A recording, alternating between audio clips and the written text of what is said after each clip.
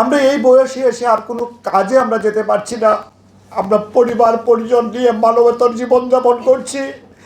সন্তান যখন প্রশ্ন করে, বাবা তুমিও তো চাকরি করতে, আজকে কেন তোমার চাকরি নেই, আমরা কেউ তার প্রশ্নের জবাব দিতে পারি না।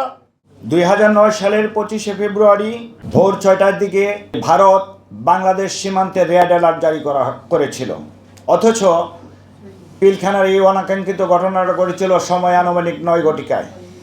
আমাদের প্রশ্ন, ওই সময় ভারত 3 ঘন্টা আগে কেন সীমান্তে রেড অ্যালার্ট জারি করেছিল?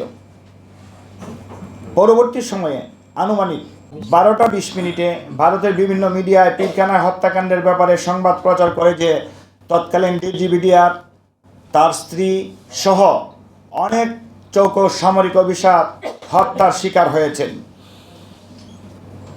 অথচ বিডিআরের 13 জন সদস্যের কমিটি নিয়ে যমুনাতে যখন মিটিং চলে, তখন তাদেরকে প্রশ্ন করা হলে হত্যাকাণ্ডের ব্যাপারে তারা সব কিছু অস্বীকার করে, যার ফলে দেশের মানুষের কাছে এই হত্যাকাণ্ডের ঘটনা আজও অজানাই রয়ে গেল। সম্মানিত সাংবাদিকবৃন্দ, 2009 সালের 25শে ফেব্রুয়ারি ঢাকার বাইরে কোনো ঘটনা না ঘটলেও 26শে ফেব্রুয়ারি পূর্ব পরিকল্পনার অংশ হিসাবে কে বা কাহারা বাহিরের বিভিন্ন ইউনিটগুলোতে গুজব ছড়িয়ে দেয় যে সেনাবাহিনী কর্তৃক বিডিআরের বাইরের ক্যাম্পগুলা দখল করে নেওয়া হবে।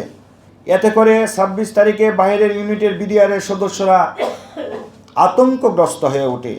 পরবর্তীতে তাদেরকে গণহারে রাষ্ট্রদ্রোহ মামলায় গ্রেপ্তার করে জেল হাজতে প্রেরণ করা হয় এবং কিছুদিন পর এই রাষ্ট্রদ্রোহ মামলা প্রমাণ করতে না পেরে পরিকল্পিত হত্যাকাণ্ডকে বিডিআর বিদ্রোহ আখ্যা দিয়ে সেই সকল সৈনিককে গণহারে বিশেষ আদালত 1 থেকে 18 মাধ্যমে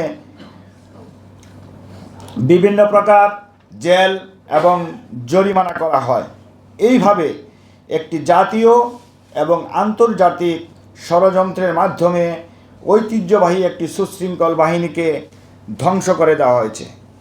আমরা আশা করি জেলখানায় আটক নিরপরাধ বিডিআরদেরকে অতি দ্রুত জেল মুক্তি সহ সকল প্রকার নিরপরাধ বিডিআরদেরকে চাকরিতে সরকারি সকল সুযোগ সুবিধা সহ পুনর্বহালের ব্যবস্থা করবেন।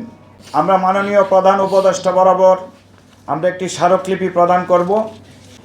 2009 সালের পিলখানায় পূর্ব পরিকল্পিত হত্যাকাণ্ডের সাথে সরাসরি জড়িত এবং নেপথ্য নায়কদের পুনঃতদন্তের মাধ্যমে চিহ্নিত করে বিচারের আওতায় এনে তাদের দৃষ্টান্তমূলক শাস্তি নিশ্চিত করতে হবে। 2 নম্বর পয়েন্টে আছে, বিস্ফোরক আইনের মামলায় যে সকল নিরপরাধ বিডিআর সদস্যগণ দীর্ঘ 15 বছর যাবৎ অমানবিকভাবে জেলখানায় বন্দী আছেন এবং অনেকেই কারা অভ্যন্তরে পরিবার পরিজন ছাড়া মৃত্যুবরণ করেছেন, তাদের মানবিক দিকটুকু বিবেচনা করে অতি দ্রুততম সময়ের মাধ্যমে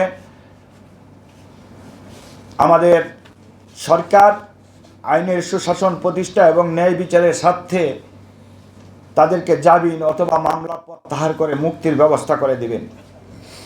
3, তৎকালীন স্বৈরাচার কর্তৃক অবৈধ বিশেষ আদালত গঠন, বিচারের কার্যক্রম এবং বিশেষ আদালত কর্তৃক সকল প্রকার রায়কে অবৈধ ঘোষণা করে চাকরিচ্যুত সকল বিডিআর সদস্যদেরকে সকল প্রকার সরকারি সুযোগ সুবিধা যেমন রেশন, বেতন ভাতা, পদোন্নতি ইত্যাদি সহ অতি দ্রুত চাকরিতে পুনর্বহালের জন্য আমরা সরকারের প্রতি দাবি জানাই।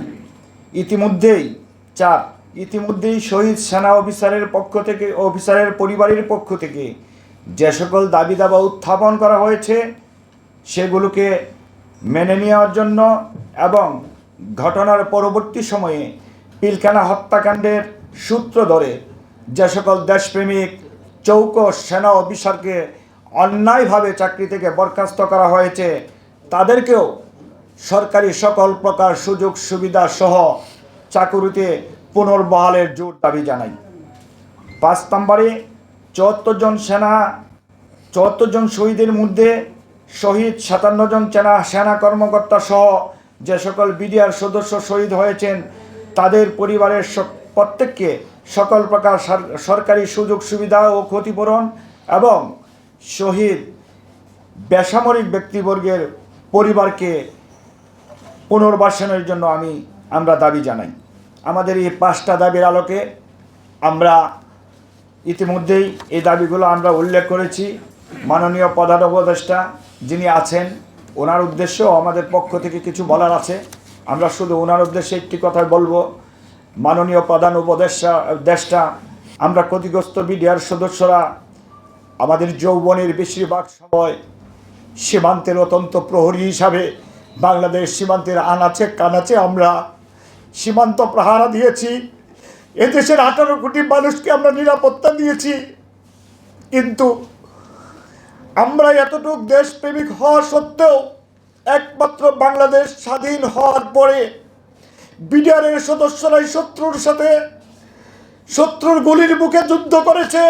বিডিআরের সদস্যরা সীমান্তে শহীদ হয়েছে। বিএসএফদেরকে আমরা প্রতিহত করেছি। আপনারা দেখেছেন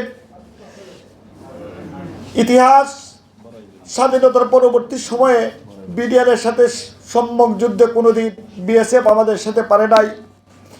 তো আমাদের এই সুশৃঙ্খল বাহিনীকে ধ্বংস করা হয়েছে। আমরা যৌবনটা সীমান্তে বিলিয়ে দিয়েছি এদেশের মানুষের জন্য। আমরা এই বয়সে এসে আর কোনো কাজে আমরা যেতে পারছি না। আমরা পরিবার পরিজন নিয়ে মানবতার জীবনযাপন করছি। সন্তান যখন প্রশ্ন করে, বাবা তুমিও তো চাকরি করতে, আজকে কেন তোমার চাকরি নেই, আমরা কেউ তার প্রশ্নের জবাব দিতে পারি না।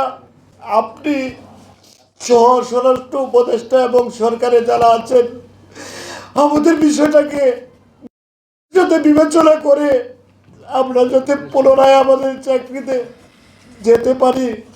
আমরা নিরপরাধ হয়ে জেল খেটেছি, পরিবার পরিজন নিয়ে অনেক কষ্টে আছি। আমরা যাতে চাকরিতে যেতে পারি তার জন্য একটা সুব্যবস্থা করে দিবেন।